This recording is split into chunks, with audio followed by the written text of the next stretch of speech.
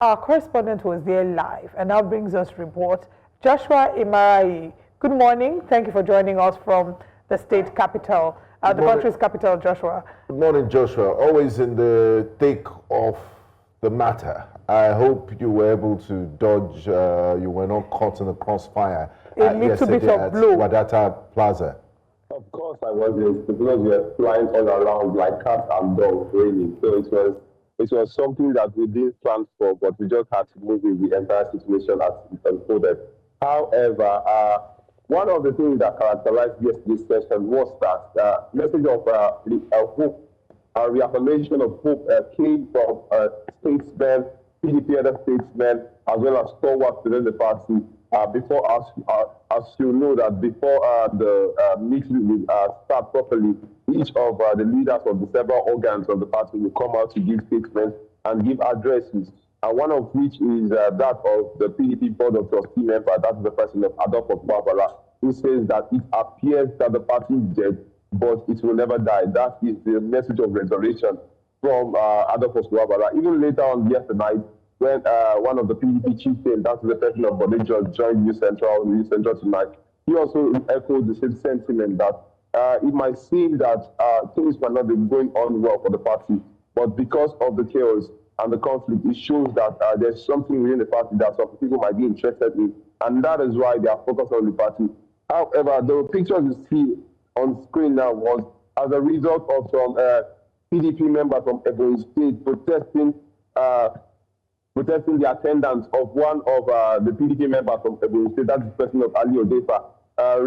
Some time ago, Ali Odefa was expelled from the party and the court upheld his expulsion. However, some disgruntled members from Ebonyi State were there and were not comfortable with Ali Odefa being in that meeting. They had some back and forth and they had to be thrown out by security men. Now, one other question that seems to be ringing in my head is if the policemen there are PDP members or not. Because while we are trying to do our job to get peace of what is happening as it happened, the policemen there were harassing us. One even threatened to break my phone, but I just took that as just a method that will not weigh water.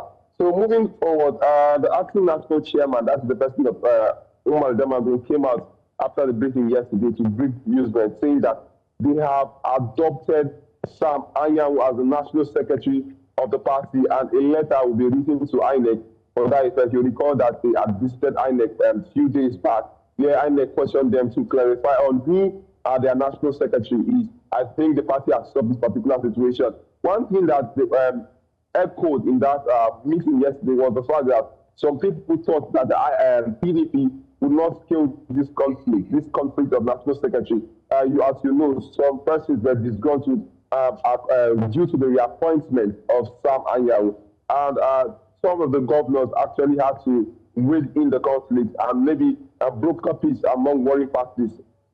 Peace coming yesterday was as a result of the PDP governors who came on ground to settle the scores between party members, particularly Taufik Adapaja, who is the deputy national chairman and South, and the camp of Senator Anyanwu. So basically, I see that the PDP has already seen the light at the end of the tunnel. We hope that we will maintain this light, and all the issue of internal conflict bedeviling the party will be solved as soon as possible. All right. My question to you would be that while you were there at the Secretariat, you saw the police officers. We just had a guest join us, a PDP member. He said they did find out who had summoned the police officers to gather around Wadata Plaza. Did you get any source or information on who this person was? Well, the policemen around that particular place at that point in time said they were there on the orders of their superior, but it's unclear who their superior is. We tried teasing them for that. Nobody said anything. The only moral ground of standing there that they gave was that they got a memo that two separate parties were contesting to use that particular venue for their own meeting. So they were there to forestall any breakdown of law and order. But however, that was not taken well by members of the PDP because they barricaded the staff, they barricaded Board of Trustees members, barricaded the members of the National Working Committee, as well as the National Executive Council committee too. They barricaded everybody from entering, even us, the press. We were limited from entering the venue until it took some intervention that we have to get access into that particular venue. So it is unclear who sent them. But one thing that is clear is that they carried out their orders to the letter. But later on, they got fed up and just had to sit down. So that was how the entire situation, the security situation doused down at that point in time. All right. I think a final question would be, this one doesn't have to do with, I mean, I know you're not a PDP member, but we had a PDP guest, a PDP chieftain, who says everything looks like officially PDP is now at peace. Did you get that sense that PDP is now at peace and the storm is over?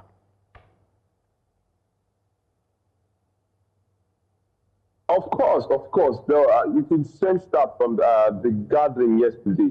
The expanded national caucus meeting had several party players as well as party members from different organs of the party, and they were all seated there. And you could hear the cheers, the echo. Whenever someone gives a message of hope, an address of peace and assurance, they re-echoed it, and they were optimistic that the crisis bedeviling the party would end. But another thing is you cannot trust politicians 100%. You could be patching this particular point, this particular part, and the other part will be leaking, just like the Igbo adage that says, "Part Eba, Iban and leak." So we are not 100% sure that things of this nature would not arise again. You know, politicians and how they get around their things. So we are just hoping that what they say, we hold them for their words. And trust me, we will be covering the development as soon as anything unfolds. All right, Joshua Imarayi, thank you for joining us this morning. We, of course, will continue to follow up with the progress of PDP. They're at peace. We hope the peace lasts.